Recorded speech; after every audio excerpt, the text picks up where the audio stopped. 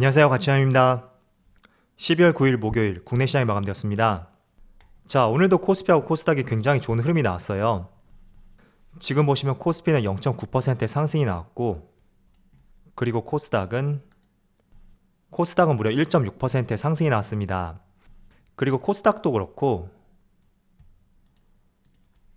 코스피까지 모두 종가가 고점에서 마무리가 되었고, 최근의 흐름을 보시면 어제를 제외하고 대부분의 종가가 고점에서 마무리가 되었다 라는 것을 확인해 볼 수가 있습니다. 그래서 정말 12월 달부터 흐름이 확실하게 돌아선 것 같고, 또 아무도 단기간에 이런 흐름을 예상하지 못했었겠죠. 그래서 이런 걸 보면서 주식은 참 어렵다 라고 생각도 많이 하실 거예요. 그래도 어쨌든 긍정적인 모습을 보이는 만큼 앞으로도 좋은 모습이 나오기를 기대해 보겠습니다. 자, 그리고 오늘은 옵션 만기일이었는데, 특히 옵션 만기일은 동시효과에 굉장히 변동성이 있습니다. 즉 3시 20분부터 3시 30분까지 그 10분 사이에 굉장히 변동성이 심하다고 볼 수가 있고, 오늘도 그런 흐름이 나왔다고 볼 수가 있어요. 그래서 이 부분은 뒤에 가서 수급을 보면서 같이 한번 살펴보도록 할게요. 자, 그럼 먼저 시가총액 상위 종목부터 살펴보겠습니다. 먼저 코스피를 살펴보면 오늘 반도체 흐름이 그렇게 좋지는 못했거든요. 물론 하이닉스는 좋은 흐름이 나왔었는데 삼성전자는 크게 변동성을 보이지 않고 내내 지루한 흐름을 보여주었습니다. 그런데 동시효과의 갑자기 큰 상승과 함께 오늘 1%의 상승으로 마무리가 되었고, 그리고 여기 카카오뱅크 같은 경우에는 한 5% 정도 하락이 나왔죠. 어제 시간에 블록딜 공시가 나왔고, 이 부분이 카카오뱅크의 상승을 방해했었던 주된 이유라고 생각하고 있습니다. 그렇지만 긍정적으로 바라본다면 더 이상 나올 수 있는 블록딜 물량, 이제는 제한이 될 수 있다는 그런 이슈도 있는 만큼 혹시나 보유를 하고 계시다면 그런 부분을 조금 더 중점적으로 바라보시는 것이 낫지 않을까, 이렇게 말씀을 드리겠습니다. 그리고 이어서 코스닥을 보면, 자, 코스닥도 대체적으로 좋은 흐름이 나왔고, 또 오늘은 코스피보다는 코스닥 쪽이 보다 강한 흐름을 보여주었습니다. 자, 그럼 이어서 수급을 한번 살펴볼게요. 먼저 코스피를 살펴보면, 자, 오늘까지 7거래 연속으로 상승이죠.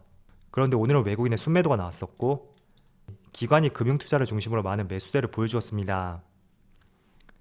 그리고 코스닥을 보면, 자, 코스닥은 오히려 외국인과 기관이 동시에 순매수를 보여주었네요. 자, 당일 추이를 한번 살펴보면 오늘도 어제하고 마찬가지로 외국인의 큰 변동성은 없었습니다. 반면에 기관이 꾸준히 순매수하는 흐름을 보여주었었는데, 동시효과에 10분을 남기고 그 사이에 외국인의 1000억 규모의 순매도가 나왔고, 개인도 마찬가지로 많은 매도 물량이 나왔어요.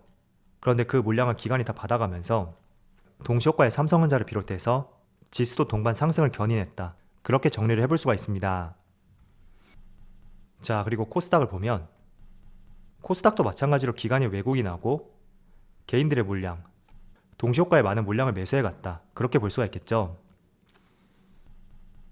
자, 그럼 이어서 삼성전자를 살펴보면 오늘은 외국인이 삼성전자를 4거래 연속으로 순매수로 보여주었고, 반대로 기관은 순매도하는 모습이 나왔습니다. 아마도 매도폭이 더 컸었을 텐데 동시효과에 많이 줄었다고 볼 수가 있겠죠. 그리고 SK 하이닉스는 오늘 기관과 외국인의 동반 순매수가 들어왔고, 최근의 흐름세가 정말 심상치 않은 것 같아요.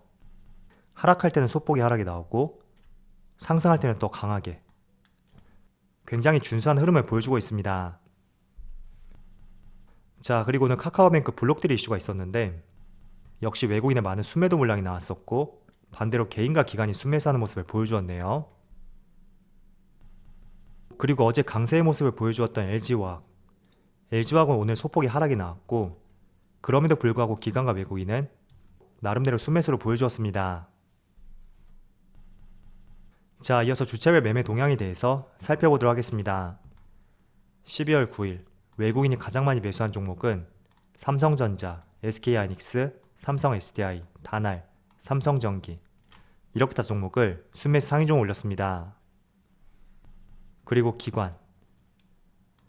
기관은 카카오페이, 네이버, SK하이테크놀로지, SK하이닉스, SK바이오사이언스, 이렇게 다 종목을 순매수 상위 종을 올렸습니다. 자, 이어서 해외 증시 흐름부터 살펴보겠습니다. 자, 어제도 미국 3대 지수가 모두 상승 흐름이 나왔어요. 지금 보시면 다우지수도 0.1%의 상승이 나왔고, 나스닥은 0.6%의 상승이 나왔죠. 그리고 S&P 500도 0.3%의 상승이 나오면서 확실히 12월 들어서 미국 시장 흐름도 달라졌다. 그렇게 볼 수 있는 것 같습니다. S&P 500도 전고점 근처까지 올라왔고 나스닥은 전고점보다 조금 못 미치긴 하지만 그래도 추세가 돌아섰다는 것을 볼 수가 있겠죠. 다우지수도 마찬가지고요. 자, 그리고 아시아 증시를 한번 살펴보면 오늘 니케이는 약보합, 그리고 대만도 보합권이죠. 그리고 상해지수는 1%의 상승이 나오고 있습니다. 아마도 중국 같은 경우에는 제가 이틀 전이었나요? 중국의 지준율 인하에 대해서 말씀을 드렸었고 그 부분은 중국 시장의 유동성이 확대가 될 수 있는 하나의 좋은 이슈라고 말씀을 드렸습니다. 그래서 최근 들어서 조금 더 강한 모습이 나오고 있고 이런 점들은 중국뿐만 아니라 국내 시장까지도 굉장히 좋은 호재라고 말씀을 드렸습니다.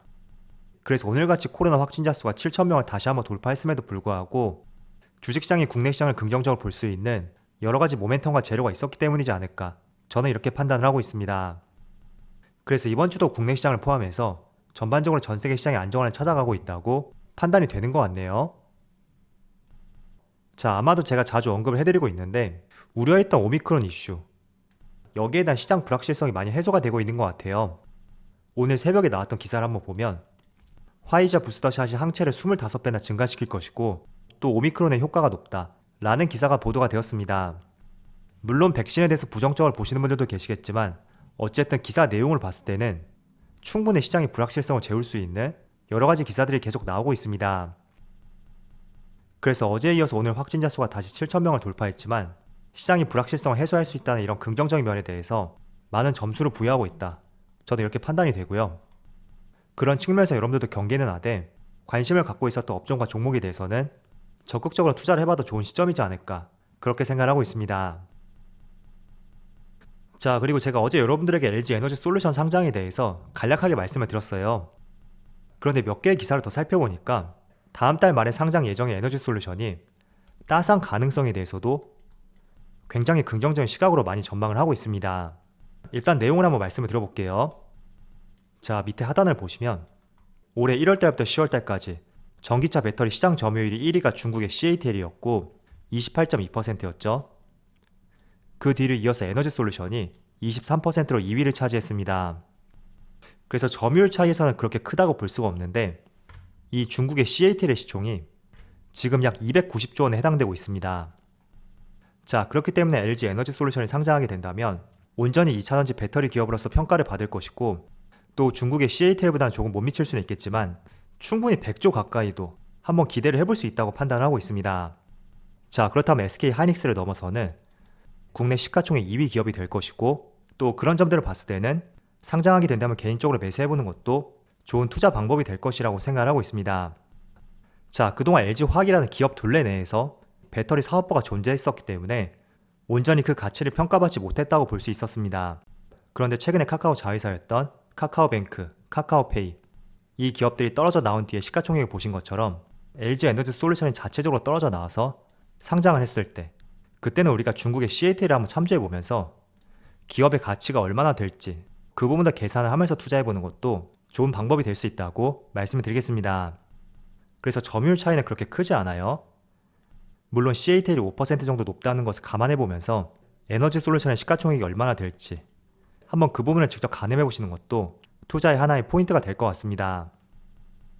자, 그래서 한번 간략하게 다시 말씀을 드려봤고 그리고 오늘 나온 기사인데 자, 15일부터 2차전지하고 게임, 인터넷, 레버리지 테마 ETF가 나온다는 하나의 기사가 나왔습니다.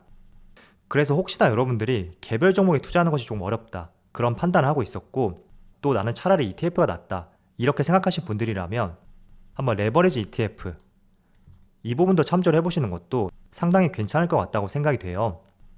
일단 레버리지 ETF 같은 경우에는 통상적으로 어떤 지수를 추종하는 ETF에서 이런 상품들이 굉장히 많았습니다.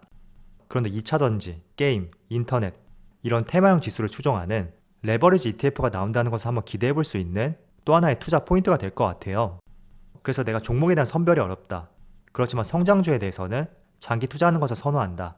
라고 생각했다면 저는 차라리 ETF가 낫다고 생각하고 있어요. 그렇지만 2배의 수익률을 추종하는 레버리지 ETF가 나왔다는 것은 저는 특히 2차전지에 한번 관심을 가져보기 좋을 것 같다. 그렇게 생각을 하고 있습니다.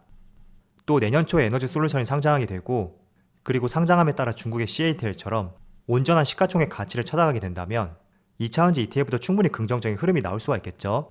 그래서 이런 기대감도 같이 조성이 되었다고 볼 수 있으니까 조금은 매력적인 상품인 것 같다. 그렇게 생각이 되는 것 같습니다. 그래서 이런 내용 한번 참조해 보시면 좋을 것 같아요. 자, 오늘도 시장 흐름이 굉장히 양호했다고 생각이 되는데, 그렇다 보니 오늘도 시장을 주도했던 업종들이 굉장히 많았다고 생각하고 있습니다. 반도체는 어제하고 오늘 조금 쉬어갔다고 생각이 되는데, 반대로 5G, 게임, 엔터, 리오프닝, 원전, 메타버스, 그리고 리비안 관련주, 전고체 배터리, 또 NFT, 가상화폐 관련주 등등 굉장히 많은 업종들이 오늘 상승 흐름을 보여주었습니다. 자, 일단 원전 관련주를 한번 간단하게 말씀을 드려볼게요. 대표적으로 한전기술이 있죠. 자, 한전기술 같은 경우에는 10만원을 돌파하고 나서 한번 이렇게 출렁이는, 주가가 크게 빠지는 모습이 한번 나왔습니다. 물론 원전 설계 부서를 해체하겠다 라는 좋지 못한 내용이 있었기 때문에 한번 출렁임이 있었다고 생각이 되지만, 저는 두산중공업도 마찬가지고 일진파워, 한전산업, 그 외에 다양한 원전주에 대해서 동일한 생각을 하고 있어요. 일단 원전은 정책 관련주로서 우리가 한번 바라볼 필요가 있기 때문에 대선이 다가옴에 따라서 다시 한번 불이 붙을 수 있는 충분한 재료를 내포한 업종이라고 생각하고 있습니다. 자, 그런데 오늘 나온 기사를 한번 살펴보면, 미국 정부에서 원자력 발전도 무공해 전력이다 라고 행정명령 내부에 정의를 하였습니다. 그래서 원자력도 무공해 전력으로 분류가 된다면 충분히 국내에서도 어떤 정보가 들어서던 간에 부정적인 인식을 긍정적인 인식으로 바꿀 수 있는 가능성도 한번 열어둬야 된다고 생각을 하고 있습니다. 그래서 최근에 원전 관련주가 한 달 동안 쉬어갔었지만 저는 끝났다고 생각은 되지 않아요. 그래서 원전 관련주는 내년 대선이 있는 만큼 충분히 많이 눌렸다고 생각이 되니까 한번 계속 관심을 가져보는 것도 좋은 업종이라고 분류를 해보신다면 좋을 것 같습니다. 자, 오늘은 SK하이닉스가 좀 강한 모습이 나오고 있지만 전체적으로 반도체 관련주가 조금은 쉬어가는 모습이 나오고 있습니다. 자, 그렇다 보니 어제에 이어서 오늘도 NFT하고 메타버스, 게임, 특히 이런 업종들의 흐름이 굉장히 강세를 보여주고 있습니다. 자, 위메이드도 저점에서 다시 올라오고 있고, 다날도 오늘 10% 이상의 큰 상승을 보여주고 있습니다. 자, 그래서 어쨌든 12월달 같은 경우에는 반도체하고 다른 업종으로는 메타버스, 게임, NFT 이쪽이 경쟁을 한다고 저는 생각이 되었었는데, 어쨌든 이쪽도 하나의 성장 분야라고 볼 수 있는 만큼 깊은 조정이 나왔음에도 불구하고 반등이 나올 때는 또 강하게 올라가는 흐름이 나오고 있습니다. 그래서 최근에 수급이 반도체 쪽으로 옮겨간다고 하더라도 성장성을 갖고 있는 산업인 만큼 완전히 죽는 흐름은 나오지 않을 것 같다 라고 판단을 하고 있습니다. 그래서 투자를 하실 때 고점이 아니라면 조금은 밸런스 있게 한번 균형을 맞춰보는 것도 좋을 것 같다라고 생각이 되고요. 다시 또 만약에 반도체가 치고 올라간다면 또 NFT하고 게임과 메타버스 이쪽 업종들이 또 쉬어갈 수 있으니까 항상 이런 수급의 움직임을 체크해 보시면서 시장을 한번 이해해 보신다면 좋을 것 같습니다. 자, 오늘도 시장이 무난했던 하루였던 것 같습니다. 내일도 무난한 하루가 되기를 기원해 보면서 이번 주는 긍정적인 마무리가 되기를 바라보겠습니다. 자, 그럼 오늘 영상 여기서 마치도록 하고요. 언제나 여러분들의 성공 투자를 기원하도록 하겠습니다. 감사합니다.